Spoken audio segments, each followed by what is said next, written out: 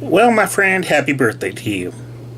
I'm shooting the very first video on my Sony camcorder just for you.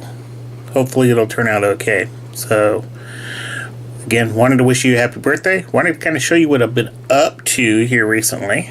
You may have seen a few posts on Facebook with regard to a buddy build going on with a friend of mine online for the old Airwolf TV show. So both he and I are building Airwolf. Well, I'm building Airwolf. He's building its evil cousin, if you will, Red Wolf. But I kind of wanted to show you what hobby room looks like real quick. I've almost got it finished. I've got to go ahead and clean out a few things and still add a few things, but for the most part, it's done. One of the things I do still need to go ahead and add is a paint booth for the airbrushing, but I've got a cabinet that I had in here. That was a floor mounted cabinet that I'll go ahead and have a little bit of fun with, slicing and dicing, so to speak. So anyways, I'm going to turn this around and show you what all it looks like. So I'm just shooting raw footage, so if the hand gets in the way, you'll know the reason why. Alright.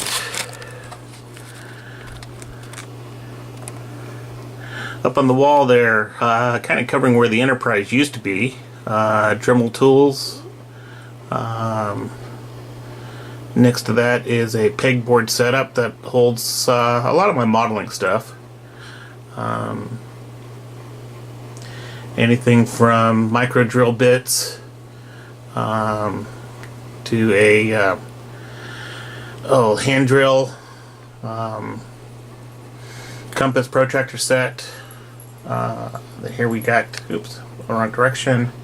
Here we got some of the Black & Decker VersaPack tools.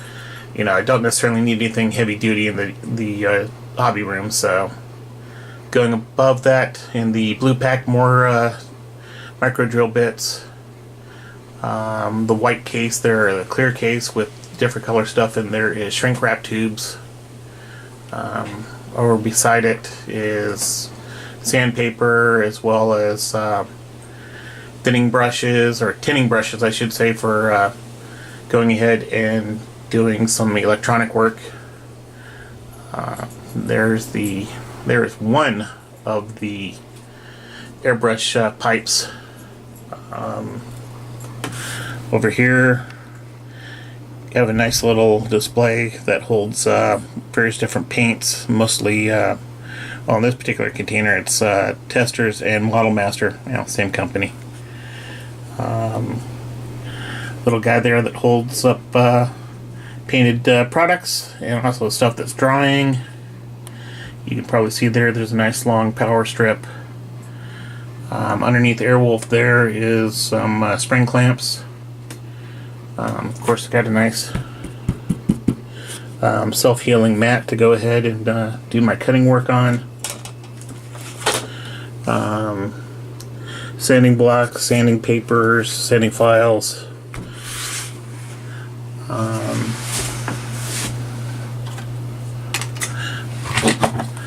To me, a drill, it's actually a little drill kit that's low speed, that does not melt the plastic when you're going ahead and working with it. So if you're putting in your windows and whatnot in sci-fi models, this guy is the way to go instead of using a Dremel, because it is slower speed.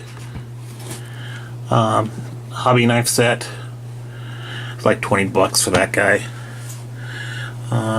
The small container here is my original Badger, which I've had since the late 80s. This guy here holds up to 8 airbrushes. 2 containers there of spring clamps. That big box back there actually holds 6 different airbrushes in it. Got a deal on eBay. Paid like 65 bucks for it. It was given to me by a friend.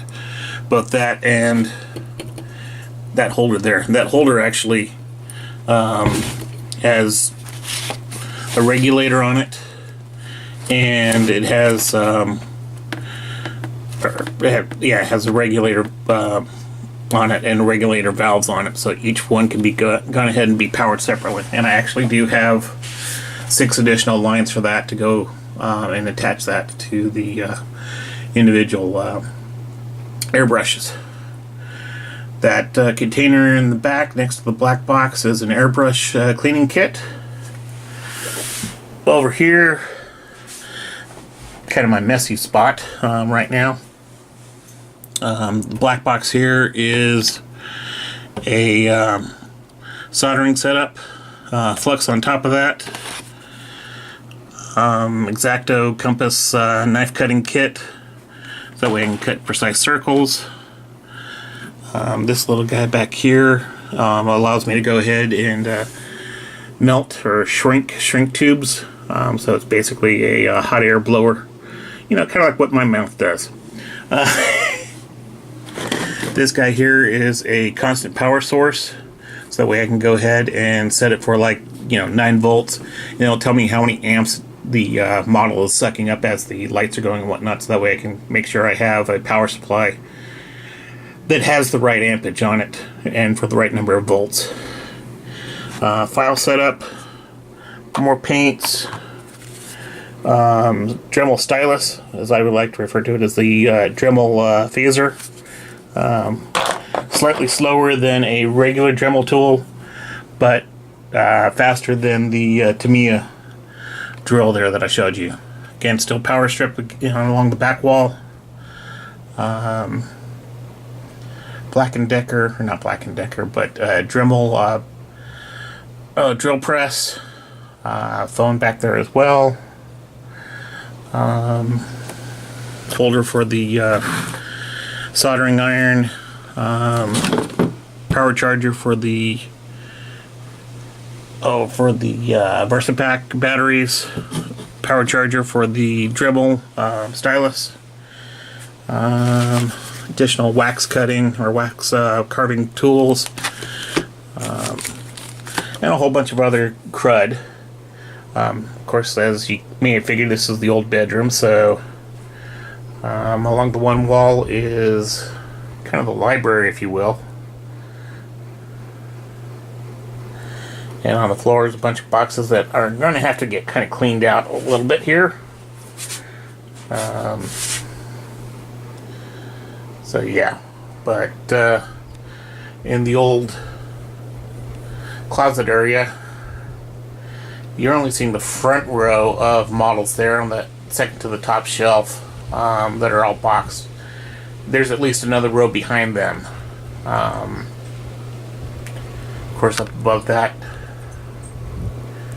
you get all the different Star Trek figure type mugs,